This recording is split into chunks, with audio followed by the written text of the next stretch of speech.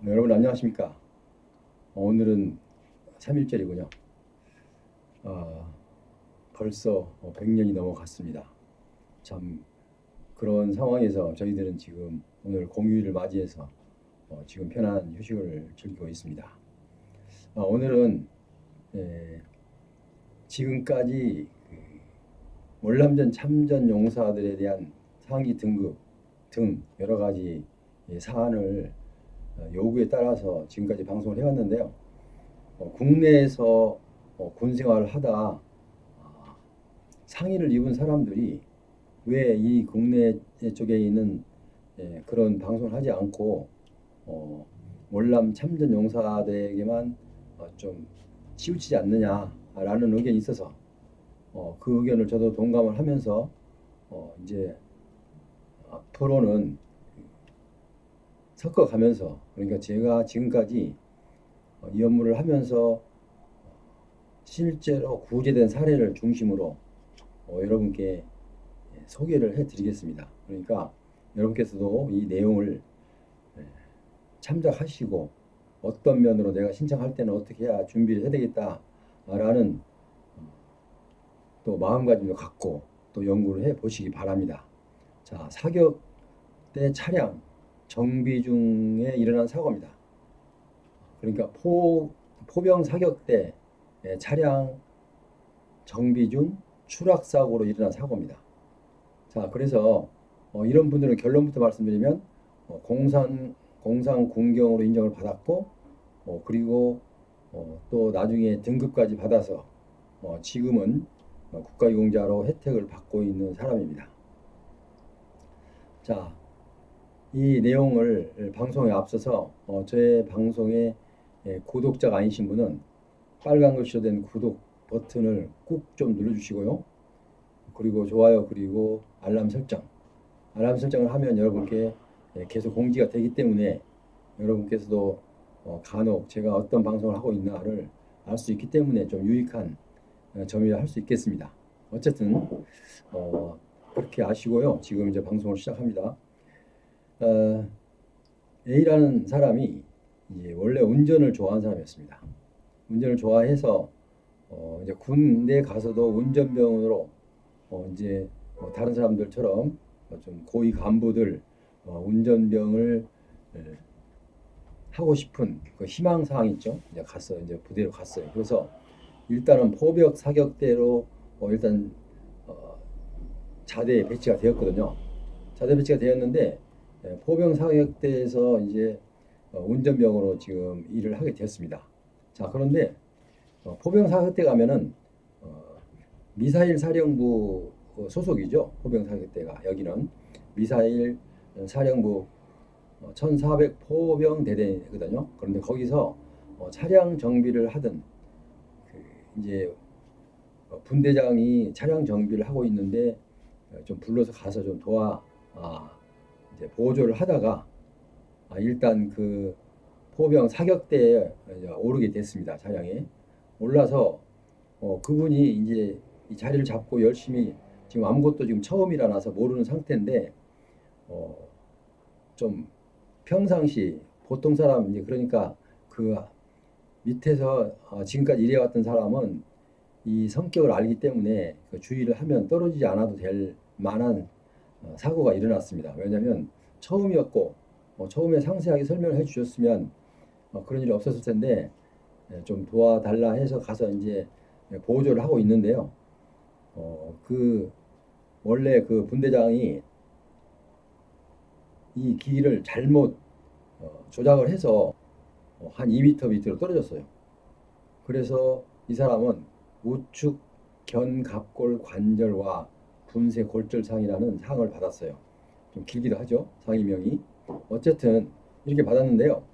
결론부터 말씀드리면은 여기는 우리가 일전에 제가 말씀드린 대로 어떤 것은 공상이고 어떤 것은 보훈 보상 대상자고 어떤 것은 국가유공자 공상이냐라고 구분해서 설명을 제가 몇 차례 드린 적이 있어요. 근데 국가의 안위와 국민의 생명을 보호하기 위해서 어, 근무를 하다가 다치면은 공상으로, 그렇지 않고 어, 뭐 체력 단련이나 아니면 작업이나 아니면 소규모 종대급에서 훈련을 받거나 이런 데서 상의를 입으면 국가유공자 공상이 아니라 보상 대상자의 공상으로 인정을 받는다고 제가 설명을 드린 적이 있습니다. 자, 그래서 여기에서는 좀 애매모호했습니다. 왜냐하면 사격대 차량 정비 중에 떨어졌어요. 근데 과연 이것을 공상으로 볼 것이냐 아니면 보상 보호 대상자로 볼 것이냐 이게 좀 논란이 좀 있었다고 합니다. 그런데 여기는 지금 사령부 자체가 미사일 사령부 산하에 있는 포병대대입니다. 미사일 사령부.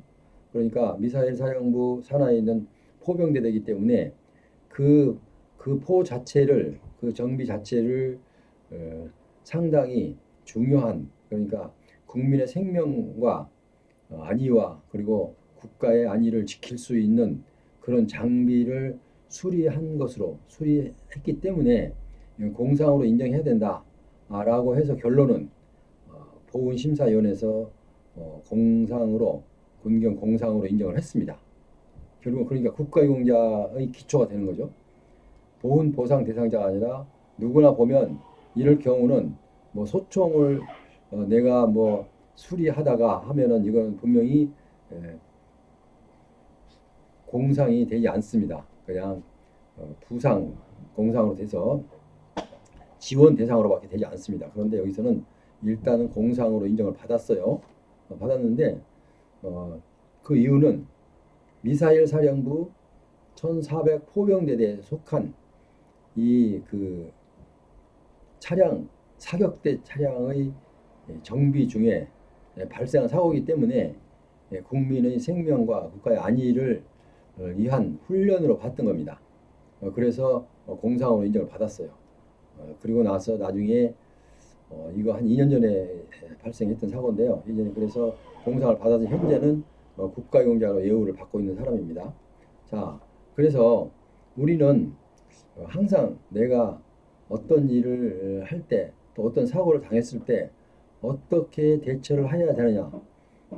근데 이 친구도 처음부터 사격대 차량 정비라고만 강조를 했으면은 이게 공상 공격으로 받을 수 없을 수도 있었어요. 그런데 미사일 사령부의 산하에 있는 포병대대 소속에서 또 그 사격대를 지금 일단 보수하는 과정에서 생겼기 때문에 이거는 공상으로 봐야 된다라고 심의위원회에서도 약간의 논란이 있었지만 공상으로 보는 게 옳다라고 결정이 내렸습니다. 여기서 지난번에 말씀드렸듯이 한 가지만 언급하자면 보훈 보상 대상자와 국가유공자의 차이는 정말 구분하기가 좀 애매모호합니다. 왜냐하면 국가의 안위와 국민의 생명을 보호하는 훈련이나 이런 그런 경우를 공상으로 인정한다고 했는데 그거와 아닌 것과의 차이는 정말 미미해서 해석 차이에서 달라질 수 있습니다. 이 부분도 마찬가지입니다. 왜냐하면 차량 정비 정도 갖고는 국가 공상으로 된다는 것은 좀 무리가 있는 부분인데 단지 주장을 해줄 때 미사일 사령부에 있는 포병 대대 소속에 있는 이 기지 이것을 수리하다가 다쳤다. 그러니까 이거는 분명히 국가의 안위와 관계가 있다라는 것을 강하게 주장을 해준 겁니다. 그래서 결국은 결론부터 말씀드리면 일단 공상 군경으로 인정을 받아서 일단 지금 현재는 국가유공자로 수혜를 받고 있습니다. 그리고 지금 학교를 다니고 있고 학교를 다니면서 물론 학교 수업료 또 등록금까지도 혜택을 보고 있습니다. 지금 현재. 그래서 여러분은 무슨 어떤 내가 군생활을 하면서 어떤 상해를 입었거나 아니면은 또 이것을 어떤 그런 상태가 되었는데 도저히 알 수가 없을 때는 혼자 고민하고 혼자 알아서 스스로 판단하지 말고 꼭 전문가의 의견을 받아서 하는 것이 여러분께 좋습니다. 왜냐하면 한번 비해당 처분을 받으면 한 번 그러니까 공상 군경이 아니라 보훈 보상 군경으로 인정을 받게 되면 그것을 번복하는 것은 거의 불가능합니다. 왜냐하면 보훈 보상 대상자 거기 심사에서 한 번 심사위원회에서 결정한 것을 물론 다른 사람으로 구성된 심사위원이지만 이제 그 일자에 따라 달라질 수 있기 때문에 그렇습니다. 그분들이 전 위원회에서 결정한 사항을 특별한 사유가 없으면 이 번복을 하기 어렵다는 거죠. 그러니까 우리가 뭐 항상 초전박사 이런 얘기도 하잖아요. 그러니까 그럴 때는 항상 준비를 철저히 해서 한번 떨어지는 지금 이렇게 되면 안 됩니다. 절대로. 그래서 준비를 철저히 해서 한 번에 돼야지 한 번 안 된 것을 뒤집으려면 그보다 훨씬 더 어렵습니다. 그리고 구제된 사례도 극히 드뭅니다. 극히. 이 점을 여러분 꼭 참고하시고 어쨌든 처음에 준비할 때 철저히 해서 공상을 대상자라고 생각하면 공상에 주력을 해서 주장을 해서 받을 수 있도록 그렇게 준비를 철저히 해야 되겠습니다. 어쨌든 이 사람은 포병 사격대지만 미사일 사령부의 소속이었어요. 그 포병 대대가 그렇기 때문에 이게 작용을 크게 한 것으로 보입니다.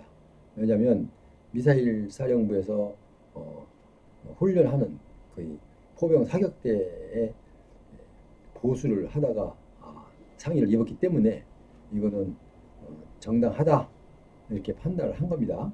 어쨌든 이분은 이렇게 운이 좋았지만 여러분들도 앞으로도 맞습니다. 이게 많은 앞으로도 계속 군생활을 하다가 본의 아니게 상의를 입고 의병 제대를 한다거나 아니면은 의병 제대를 하지 않는다 하더라도 만기 제대를 한다 하더라도 그 상의를 입은 상태는 항상 내가 국가로부터 보상을 받을 수 있는 그 권리와 자격이 있기 때문에 얼마든지 내가 주장을 할 수 있습니다. 그러니까 항상 이 공상 군경 신청할 때나 또 공상 군경이 되었을 때 상위 등급을 받을 때나 이럴 때는 좀 철저히 준비해서 본인이 자신이 없으면 전문가의 의견을 듣고 그렇게 해서 구제를 받는 것이 좋다고 생각합니다. 그래서 어쨌든 오늘은 사격대 차량 정비 중에 사고가 났는데 국가유공자로 선정이 돼서 또 이거는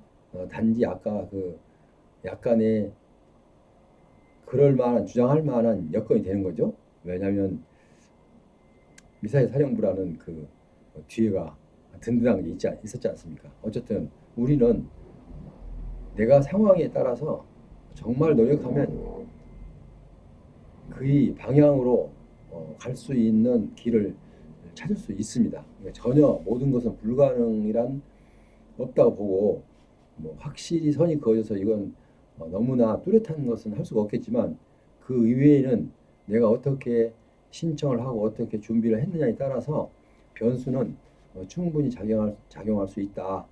이런 내용을 여러분께서 참고하시고 항상 준비에 먼저 철저히 기하시고 아직도 뭐 국내에서는 많은 우리 그 병역 의무를 감당하고 있는 젊은이들이 많이 있습니다. 그분들이 혹시라도 상의를 당하면 자기가 국가로부터의 권리를 내가 받을 수 있는 그런 이치에 서기 위해서는 또 그만큼 여러 가지 철저하게 준비를 하고 또 거기서 기각 당하는 일이 없도록 철저히 준비해서 이렇게 응대해야 될 것으로 보입니다. 그래서 여러분께 참고적으로 오늘 사격대 차량 정비 중에 일어난 사고가 공상으로 되었다는 소식을 하나 전해드리겠습니다. 그러니까 여러분들이 참고하시고 앞으로 여러분도 정말 본인이 거기에 그런 일이 처했을 때 많은 자료를 그리고 많은 사람들의 의견을 듣고 이렇게 국가보훈처에 신청을 하고 심사를 받는데 사전 준비가 철저히 해야 될 것으로 생각되어서 여러분께 오늘 방송을 해드렸습니다. 지금까지 함께 하신 여러분 앞으로도 또 좋은 방송 여러분께 할 것을 약속드리면서 오늘은 이만 줄이겠습니다. 여러분 다음 시간까지 안녕히 계십시오.